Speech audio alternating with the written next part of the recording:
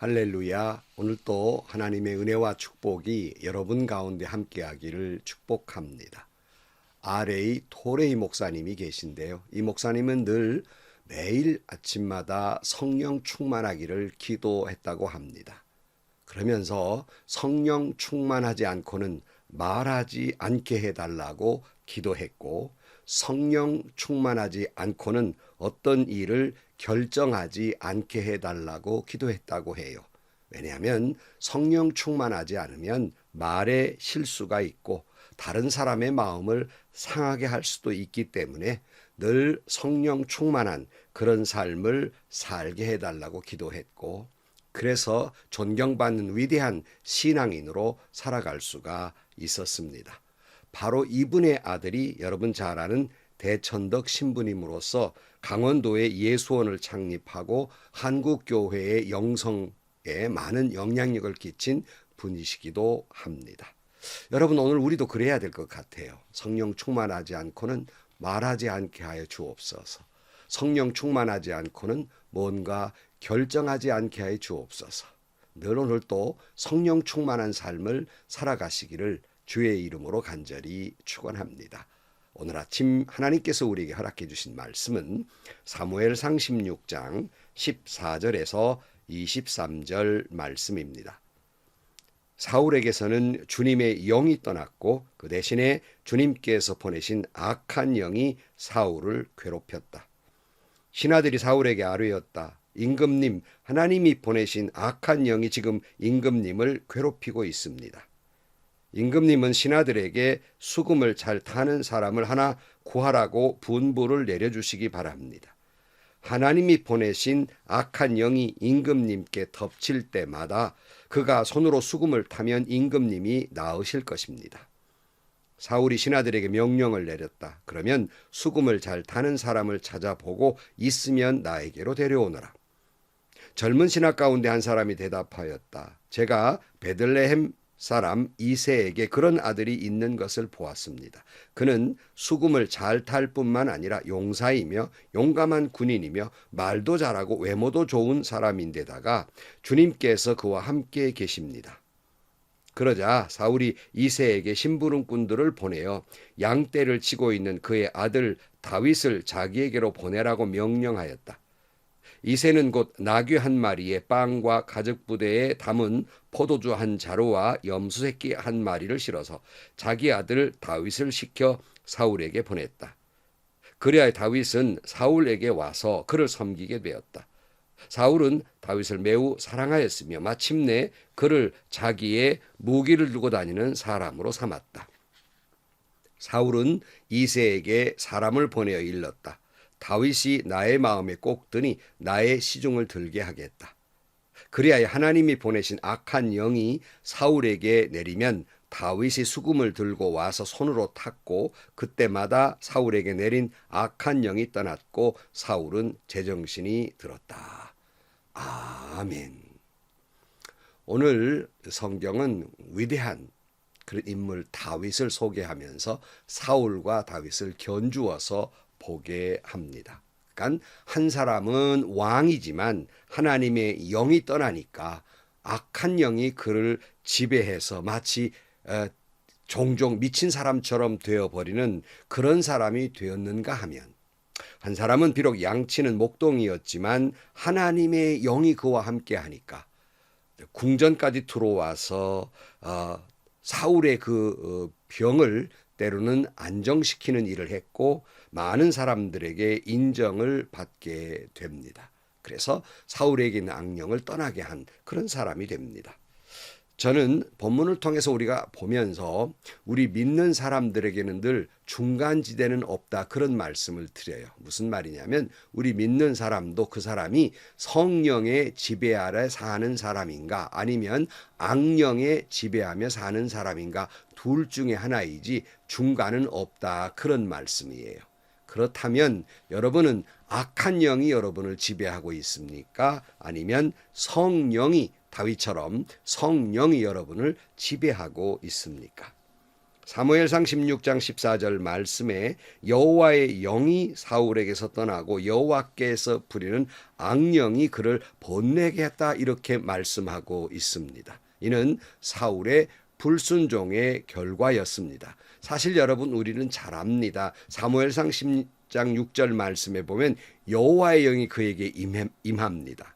성경 보면 내게는 여호와의 영이 크게 임하리니 너도 그들과 함께 예언을 하고 변하여 새 사람이 되리라 그랬어요. 그러니까 사울이 겸손할 때 하나님의 영이 그에게 임했고 사무엘상 11장 6절 말씀에 보면 사울이 이 말을 들을 때 하나님의 영이 크게 감동됨에 그의 노가 크게 일어나 용맹을 떨쳤다 이런 말씀이 있어요.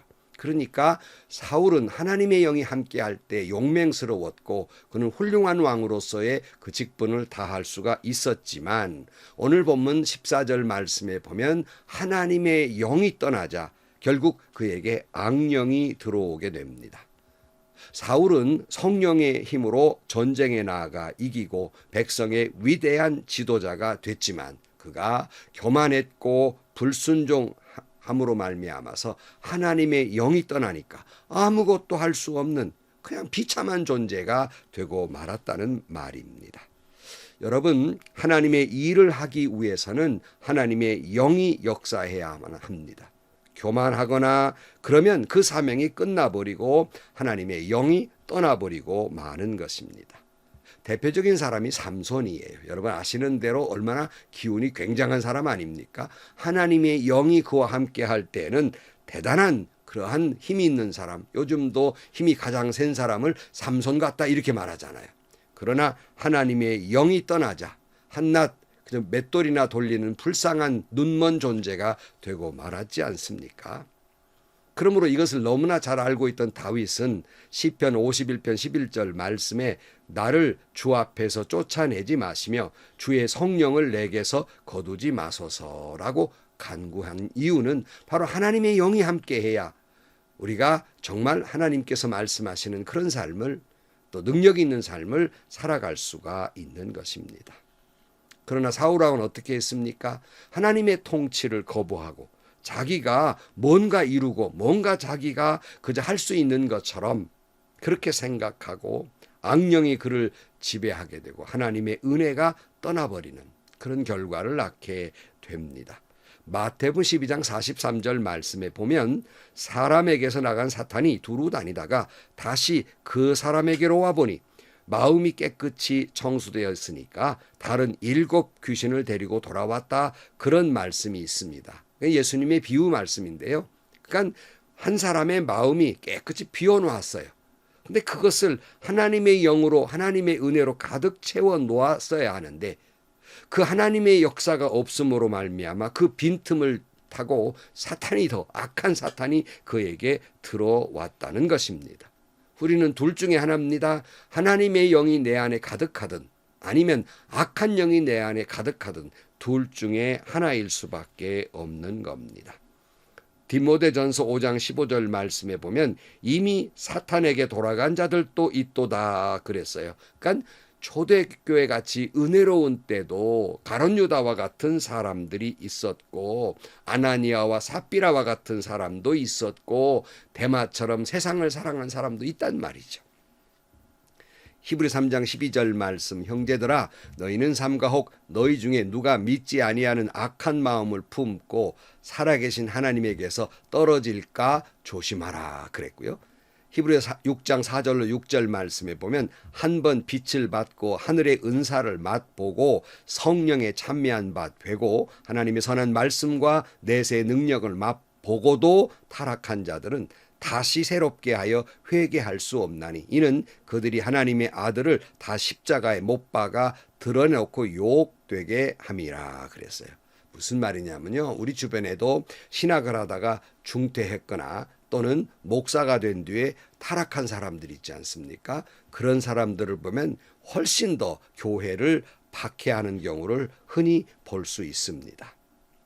그러니까 그 사람이 신학을 갈 때는 웬만한 은혜 받고 신학을 갔겠습니까? 정말로 하나님의 은혜와 성령의 축복도 다 맛본 사람인데 그런 사람도 사탄에 타락하게 되니까 예수님을 다시 십자가에 못 박는 것처럼 다시는 회개할 수 없는 그런 악한 사람이 되고 만다는 것이에요.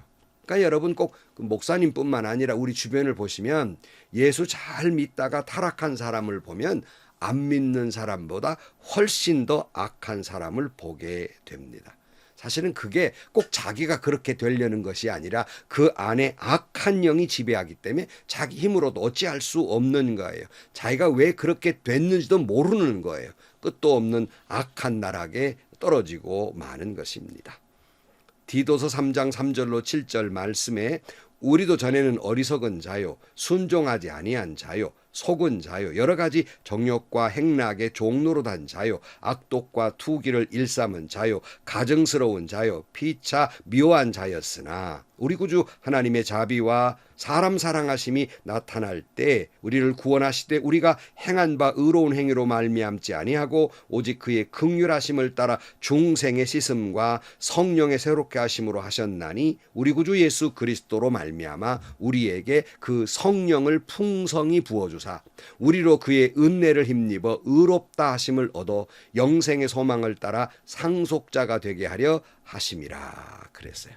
여러분 우리 다 부족한 사람, 과거에는 그렇게 악한 사람들이었지만 하나님의 은혜와 긍휼로 나로 하여금 주님을 영접하게 하고 성령을 내게 풍성히 주사 나로 하여금 죄에서 떠나 하나님의 자녀로 살아가게 하신 것입니다. 그래서 마틴 루터는 우리가 모두 용서받은 죄인이다 하는 그런 말을 했고요. 칼빈은 끊임없이 기도해야 할 죄인이다 그런 말을 했고 감리교의 장시자인 요한 웨슬레는 끊임없이 성결을 갈구해야 하는 죄인이다 그렇게 말하는데요. 저는 이렇게 말하고 싶어요. 하나님의 은혜를 사모해야만 살아갈 수 있는 그런 죄인이다 이렇게 생각을 합니다. 우리는 하나님의 은혜를 떠나서는 아무것도 할 수 없다는 걸 깨닫고 오직 하나님의 은혜와 성령 충만한 가운데 살아가는 그런 여러분들이 되시기를 주의 이름으로 축원합니다. 오늘 18절 말씀 소년 중 한 사람이 대답하여 이르되 내가 베들레헴 사람 이새의 아들을 본즉 수금을 탈 줄 알고 용기와 무용과 구변이 있는 준수한 자라 여호와께서 그와 함께 계시더이다 하더라 그랬어요. 근데 앞으로 왕 위에 오를 다윗이 이제 다 모든 게 하나님의 역사 가운데 있는 일인데요. 왕궁으로 들어가게 됩니다. 그는 아주 뛰어난 자질이 있다고 칭찬을 받고 있습니다. 용사였고 그리고 아주 전사였으며 그리고 분별력이 있는 준수한 사람, 영적으로 아주 훌륭한 사람이다 이렇게 말하고 있습니다. 사실 여러분 남들이 볼 때는 그는 한낱 양치는 목동에 불과하고 형편없는 존재지만 하나님의 영이 임하니까 사울 왕의 궁궐에 사는 사람도 알아줄 만큼 그런 귀한 사람이 됩니다. 성령이 임하시면 여러분도 그렇게 될 줄로 믿습니다.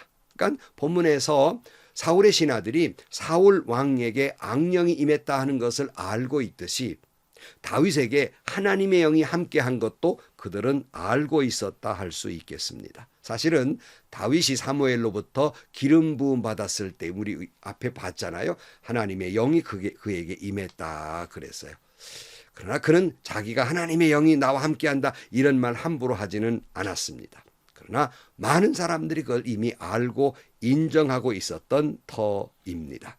여러분 다윗처럼 성령 충만해서 여러분 모든 사람이 참 귀하다 하는 그런 인정받는 여러분들이 되시기를 축복합니다. 저도 제가 섬기는 교회에 또 많은 그런 분들이 계시지만 전혀 모르는 다른 교회에 설교를 갔을 때 기도하시는 권사님이나 또는 장로님을 보면 얼굴만 딱 보아도 은혜가 정말 충만하고 정말 이분은 기도 많이 하시는 장로님이시구나. 이분은 정말로 은혜가 충만한 권사님이시로구나. 그냥 얼굴에 다 나타나 있지 않습니까? 다 알아볼 수 있다 그런 말씀입니다. 바라기는 여러분 모두가 그와 같이 성령 충만한 남들이 보고도 은혜가 많으신 분이다 라고 인정할 수 있는 여러분들이 되시기를 주의 이름으로 축원합니다. 성령 충만하면 광고할 필요가 없어요. 얼굴에 다 쓰여져 있기 때문에 그렇습니다. 잠언 31장 30절 말씀에 고운 것도 거짓되고 아름다운 것도 헛되나 오직 여호와를 경외하는 여자는 칭찬을 받을 것이라. 그 손의 열매가 그에게로 돌아갈 것이요 그 행한 일로 말미암아 성문에서 칭찬을 받으리라. 이렇게 말씀한 바 있어요. 아무리 곱고 세상 별 이야기를 다 해도 하나님을 경외하는 그 여자가 칭찬을 받듯이 별의별 세상의 지위와 명예를 가져도 성령 충만한 사람이야말로 정말 많은 사람들로부터 존경과 칭찬을 받게 되는 것입니다. 이 말씀을 듣는 성도 여러분, 여러분도 항상 하나님의 은혜 성령으로 충만해서 주님께 영광을 돌리고 굳이 내가 말하지 아니해도 예수 향기가 많은 사람들에게 감동을 줄 수 있는 그런 여러분들이 되기를 축복합니다. 오늘 23절 하나님께서 부리시는 악령이 사울에게 이를 때 다윗이 수금을 들고 와서 손으로 탄즉 사울이 상쾌하여 낫고 악령이 그에게서 떠나더라 그랬어요. 여기서 한 가지 여러분 자꾸 하나님이 부리시는 악령이 있다 그랬는데 여기는 하나님이 무슨 그 악한 영을 함부로 그냥 사울에게 어거지로 집어넣었다 그런 의미가 아니라 이 악한 영도 하나님의 지배 아래에 있는 존재다 그런 뜻을 의미하고 있음을 다시 한번 깨달아야 할 것입니다. 자, 그러니까 이 악령이 이 사울을 괴롭힐 때 이 다윗 수금으로 타면 찬양하면 그 악한 영이 떠나가게 되고 사울의 영이 상쾌하게 됩니다. 여러분, 이게 찬양의 힘이에요. 시편 22편 3절 말씀 이스라엘의 찬송 중에 계시는 주여 주는 거룩하시니이다 그랬어요. 하나님은 어디나 계시지만 하나님은 저와 여러분이 기도할 때도 하나님이 우리에게 임하시지만 우리가 하늘을 우러러 찬양을 할 때도 하나님의 영이 내 안에 찾아 들어오신다는 사실입니다. 시편 33편 3절 말씀에 새 노래로 그를 노래하며 즐거운 소리로 아름답게 연주할지어다 그랬어요. 우리가 새 사람 되었으니 새 노래, 새 기쁨, 그 감격, 그 감동으로 하나님을 찬양하면 하나님의 영이 내 안에 충만하게 임하게 될 것입니다. 사랑하는 성도 여러분, 종종 제가 그런 말을 해요. 기도를 해야 되겠는데 뭐라고 기도할 줄을 모를 때 그래도 주기도문 하세요 이런 권면도 하고 하나님의 말씀을 어딘가를 봐야 되는데 지금 이 상황에 내가 무슨 말씀을 볼까 그럴 때마다 그러면 시편을 한번 찾아 읽어보세요. 쉬운 얘기를 말씀드립니다. 그래도 내가 내가 너무 내 영혼이 컬컬하고 답답해서 어찌할 바를 모를 때 그때는 찬송하세요. 제가 그렇게 권면을 합니다. 여러분, 내가 하나님을 찬양하면 하나님이 영광 받으시고 내 안에 내 영을 거룩하게 그리고 상쾌하게 은혜 충만하게 이끌어 주실 것입니다. 늘 다윗처럼 날마다 때마다 찬양함으로 말미암아 하나님의 영으로 가득한 여러분들이 되시기를 주의 이름으로 축복합니다. 성도 여러분, 오늘 또 우리는 하나님의 은혜를 사모하고 성령이 여러분 가운데 충만함으로 말미암아서 여러분 성령 충만, 오늘 또 성령에 이끌려 살아가는 성령이 아니고는 말하지 아니하고 성령 충만 아니고는 어떤 결정도 내리지 않는 성령에 이끌려 살아가는 여러분들이 되시기를 주님의 이름으로 간절히 축원합니다. 기도하시겠습니다. 하나님 아버지, 때로는 내 안에 악한 영이 들어와 우리를 혼란스럽게 만들고 시험거리를 주기도 합니다.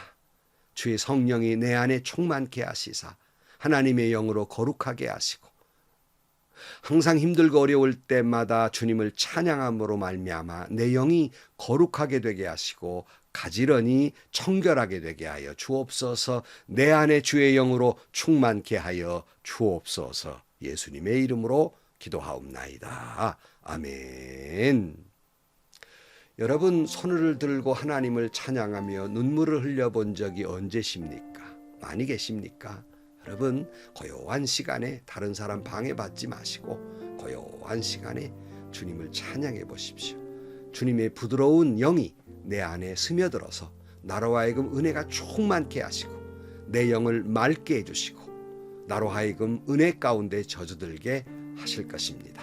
오늘도 성령 충만한 가운데 좋은 일이 가득하고 행복한 하루가 되시기를 주님의 이름으로 간절히 축원합니다.